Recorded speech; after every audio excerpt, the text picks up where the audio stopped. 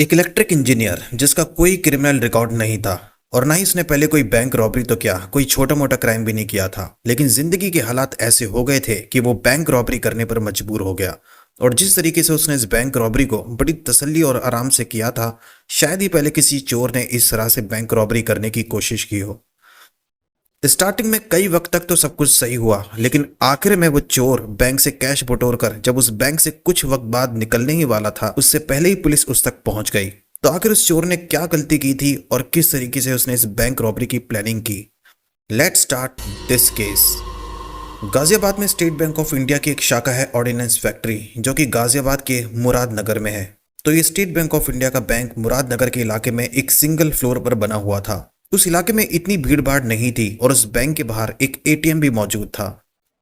तो एक शख्स जो बहुत दिनों से चोरी करने की प्लानिंग कर रहा था और उसने पहले भी कई बैंक की रैकी की हुई थी, उसके बाद जब मुरादनगर के उस बैंक का उसे पता चला तो उसने डिसाइड किया कि वो उसी बैंक की रैकी करेगा। और फिर वो बैंक में जाता है, वहां स्टाफ के लोगों से कहता है कि उसे बैंक अकाउंट ओपन करना है। उसके बाद जैसे उस बैंक में उसको मौका मिलता तो वो उस बैंक की रैकी करना स्टार्ट कर देता। कहाँ पर सिक्योरिटी ज्यादा है, कहाँ पर सिक्योरिटी कम है, और बैंक में वॉल्ट रूम कहाँ है जिसमें बहुत सारा कैश रखा हुआ होगा, और कहाँ कहाँ पर सीसीटीवी कैमरा है, और वहां पर एग्जिट के कितने रास्ते हैं। तो काफी टाइम तक वो बैंक में जाने के दौरान रैकी करता रहा और पता लगाने की कोशिश करता रहा कि उस बैंक का रूट कहाँ कहाँ पर है। कुछ दिनों के बाद उसने ये भी पता लगा लिया कि बैंक किस टाइम खुलता है और किस टाइम बंद होता है। तो उससे पहले जो उसने इतनी बैंक की रैकी की थी, उसके कंपैरिजन में उसको ये लगा कि इस बैंक में चोरी करना थोड़ा आसान है और शातिर तरीके से प्लान करके वो बैंक में रॉबरी कर लेगा। उसे खुद पर कॉन्फिडेंस था। उसके बाद वो प्लानिंग करता है कि वो चोरी वाले दिन कैसे उस बैंक के अंदर दाखिल होगा। उसके बाद उसे पता चलता है कि उस बैंक के बगल में एक बिल्डिंग है जो कई वक्त से खाली पड़ी हुई थी। तो वो उस बिल्डिंग में घुसता है और उस बिल्डिंग के छत पर पहुंच जाता है। उसके जरिए वो उस बैंक की छत पर कूद जाता है। बैंक के अंदर कहाँ वॉल्ट रूम है जहां बहुत कैश रखा होता है उसे ऑलरेडी मालूम था। तो उस हिसाब से उसने प्लानिंग करके उसने डिसाइड किया कि उसको उस बैंक की छत पर एक सुराग करना पड़ेगा, जिसमें एक व्यक्ति आसानी से उसके जरिए उस बैंक के अंदर चला जाए और वो उसी के जरिए उस बैंक के अंदर दाखिल होगा और बाद में इसी सुराग से वो उस बैंक की छत पर आएगा और वहां से निकल जाएगा। अब उसके बाद वो सोचता है कि वो किस दिन इस बैंक में रॉबरी करेगा। तो पहले कई दिनों तक वो वेट करता है। उसके बाद कैलेंडर चेक करता है तो साल 2015 14 अगस्त को फ्राइडे था और 15 अगस्त को इंडिपेंडेंस डे, बैंक की छुट्टी थी, और अगले दिन संडे था। तो संडे की बैंक की वैसे ही छुट्टी रहती है। तो वो डिसाइड करता है कि वो 14 अगस्त की शाम को जब वो बैंक बंद हो जाएगा, सारे स्टाफ और सिक्योरिटी गार्ड वहां से जा चुके होंगे। जब एक टाइम के बाद उस बैंक के इलाके में भीड़ भाड़ बहुत कम हो जाएगी, सन्नाटा हो जाएगा। उसके बाद 15 और 16 तारीख को बैंक की छुट्टी होगी। तो 14 अगस्त की शाम से लेकर 16 तारीख शाम तक वो उस बैंक में रॉबरी को अंजाम देगा और उसके अगले दिन 17 तारीख को उस बैंक को खुलना था। तो 3 दिन थे उसके पास रॉबरी करने के लिए और इतना टाइम बहुत होता है।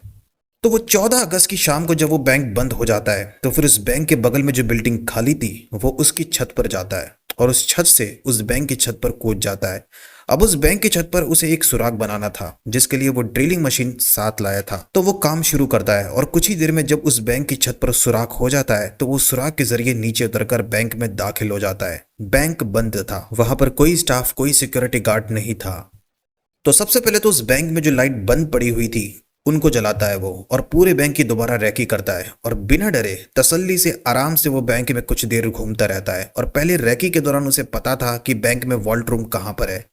तो उस बैंक में काफी देर तक रुक कर वो तसल्ली से प्लान करता है कि कैसे अब उसे नेक्स्ट प्लानिंग स्टार्ट करनी है, कैसे वो उन लॉकर्स को तोड़ेगा जिनमें कैश रखा होगा। उसके बाद तसल्ली से सोचने के बाद वो बैंक से उसी सुराग से बाहर निकल जाता है जहां से वो उस बैंक के अंदर आया था।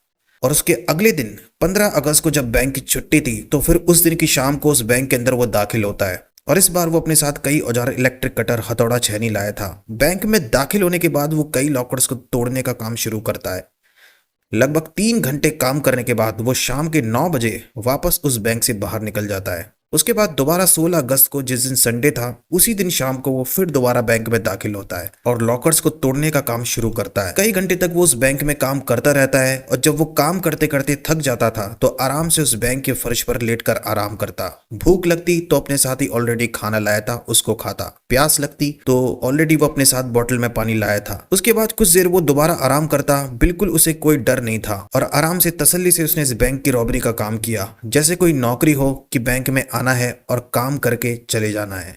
एक बार वो बैंक के बाहर भी गया था और बैंक के गेट के बाहर कुछ देर खड़े रहकर उसने चेक किया कि कहीं उस जगह से बैंक के अंदर से ड्रिलिंग मशीन की आवाज तो नहीं आ रही, क्योंकि उसे पता था कि अगर कोई वहां पर अचानक खड़ा हो जाए और उसको अंदर से तोड़फोड़ करने की आवाज आ गई तो फिर गड़बड़ हो सकती है और उसका प्लान चौपट हो सकता है।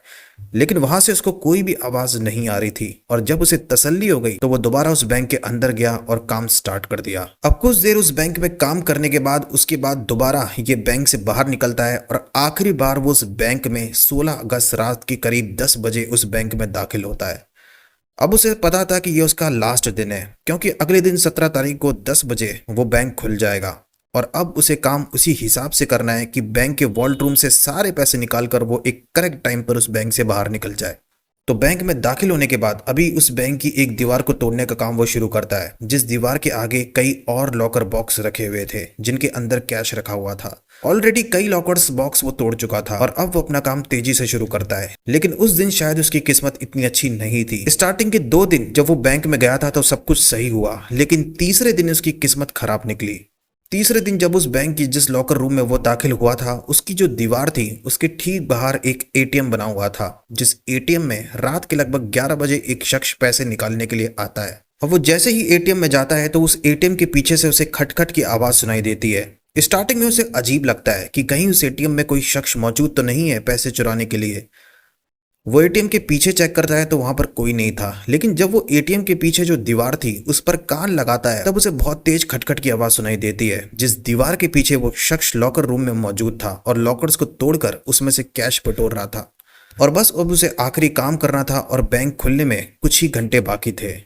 और एटीएम की जगह पर जो छत थी वहां पर एक सुराख बना हुआ था जहां से रोशनी आ रही थी। अब उसे थोड़ा अजीब लगता है, कई वक्त तक वो उस एटीएम में रहता है लेकिन खटखट की आवाज अभी भी बंद नहीं हुई थी, क्योंकि वो पहले भी उस एटीएम में कई बार जा चुका था और तब ये रोशनी भी नहीं थी और उस दिन से पहले उस एटीएम से कभी खटखट की आवाज सुनाई नहीं दी। उसे पता था कि बैंक बंद है तो उसे डाउट होता है कि कहीं इस बैंक में चोरी करने के लिए कोई मौजूद तो नहीं है। तो वो उस एटीएम से बाहर निकलता है और तुरंत पुलिस को कॉल कर देता है।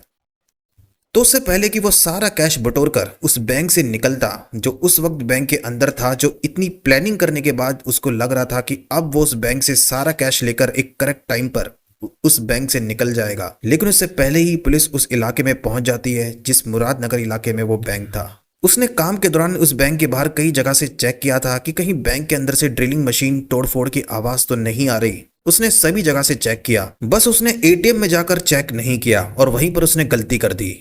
कुछ टाइम के बाद पुलिस की टीम मुरादनगर इलाके में पहुंचती है और वो शख्स जिसने कॉल किया था उस बैंक के बाहर ही खड़ा था। तो पुलिस उससे पूछती है कि क्या हुआ।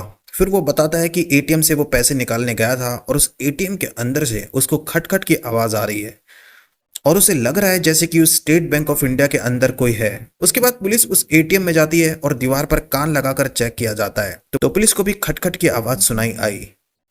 अब पुलिस को पता था कि बैंक तो 3 दिन से बंद है और बैंक में गेट पर ताला लगा हुआ है, तो कोई गेट से तो उस बैंक में दाखिल नहीं होगा। पुलिस को अंदाजा हो चुका था कि इस बैंक में रॉबरी करने के लिए कोई शख्स इस बैंक के अंदर दाखिल हुआ है, लेकिन पुलिस को पता नहीं था कि एक शख्स है या एक से ज्यादा है, टोटल कितने लोग हैं। तो पुलिस ने तुरंत फोर्स को इन्फॉर्म किया और कुछ ही देर में कई पुलिस फोर्स के ऑफिसर वहां पहुंच गए और उस बैंक को चारों ओर से घेर लिया गया।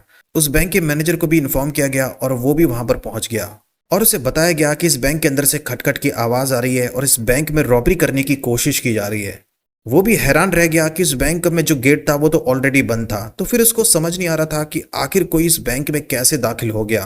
तो रात के लगभग 1 बजे पुलिस फोर्स ने इस बैंक को चारों ओर से घेर लिया और 1 बजे पुलिस की टीम उस बैंक के गेट को खोलकर उस बैंक में दाखिल होती है। पता चलता है बैंक के अंदर कई जगह पर लाइट जली हुई है और उस बैंक की सारी लाइट उस बैंक के बंद होने से पहले बंद की जाती थी। उसके बाद पुलिस वहां पहुंची जहां वॉल्ट रूम था। कई जगह पर तोड़फोड़ की जा चुकी थी और वहां एक शख्स आराम से बैठा हुआ है और उस वॉल्ट रूम में कई लॉकर्स बॉक्स खुले हुए थे जिसमें बहुत सारा कैश रखा हुआ था। अब उसे भी पता चल चुका था कि पुलिस की टीम वहां पहुंच चुकी है और उसके भागने का अब कोई रास्ता नहीं है, अब उसको अरेस्ट कर लिया जाएगा। तो पुलिस उसको अरेस्ट करती है और पुलिस स्टेशन ले जाती है और उससे पूछताछ की जाती है और पूछताछ से पता चलता है कि ये 3 दिन तक कई बार उस बैंक में आ जा चुका था और उसके बाद पुलिस ने जब बैंक के अंदर कई सीसीटीवी फुटेज चेक किए तो सीसीटीवी फुटेज में कई बार उसको बैंक में इधर उधर घूमते हुए देखा गया। फिर पुलिस ने उससे पूछा कि तुम आखिर इस बैंक में दाखिल कैसे हुए, तो फिर उसने बताया कि उस बैंक के बगल में जो बिल्डिंग काफी टाइम से खाली पड़ी हुई है, उस बिल्डिंग की छत से वो उस बैंक की छत पर कूद गया और उस बैंक की छत पर उसने सुराग बनाया और उसी सुराग से वो उस बैंक के अंदर दाखिल हो गया।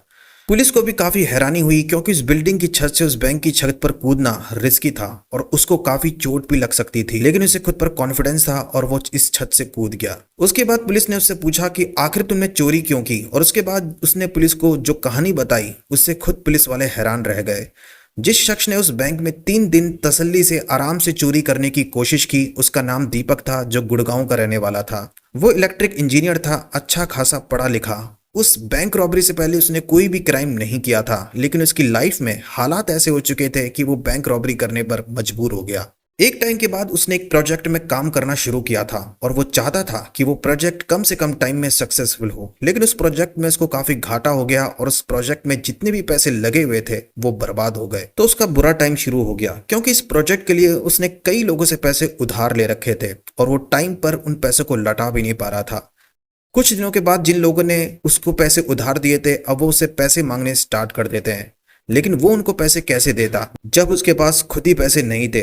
उसके बाद उसने कोशिश की बैंक में लोन लेने की, लेकिन बैंक में भी लोन नहीं मिला। तो जब बैंक से उसे लोन नहीं मिला तो वो बहुत परेशान हो गया कि अब उसे आगे क्या करना चाहिए। उसे कम से कम टाइम में पैसे कमाने थे और दोबारा उस प्रोजेक्ट को स्टार्ट करना था, तो उस प्रोजेक्ट के लिए भी उसको पैसे चाहिए थे। उसके बाद उसने प्लान बनाया कि चलो बैंक से पैसे ही ले लेते हैं, लेकिन अपने नहीं औरों के।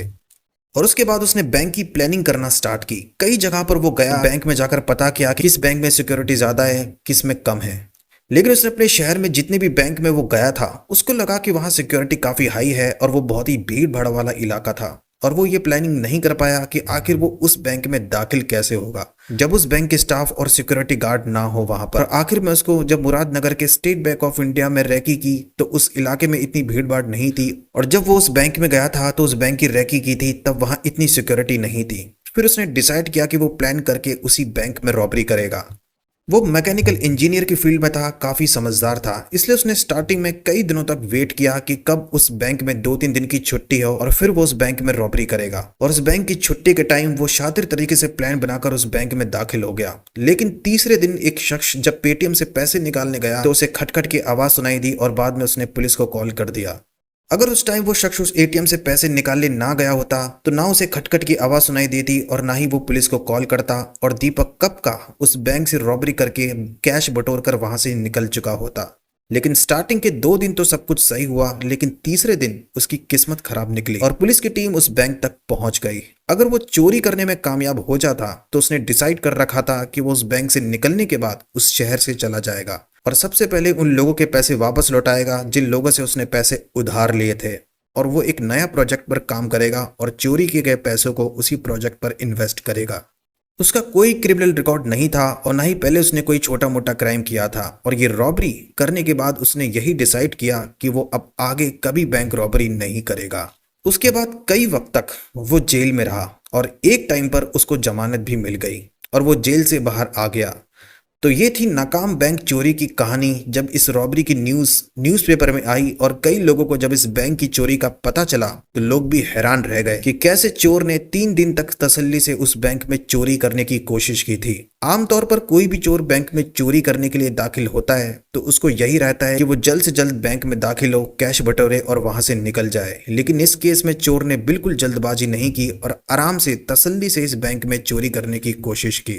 लेकिन अगर वो जल्दी लॉकर्स को तोड़ने का काम कर लेता, ज्यादा टाइम उस बैंक में वेस्ट नहीं करता, तो शायद वो पहले ही कैश लेकर उस बैंक से निकल चुका होता।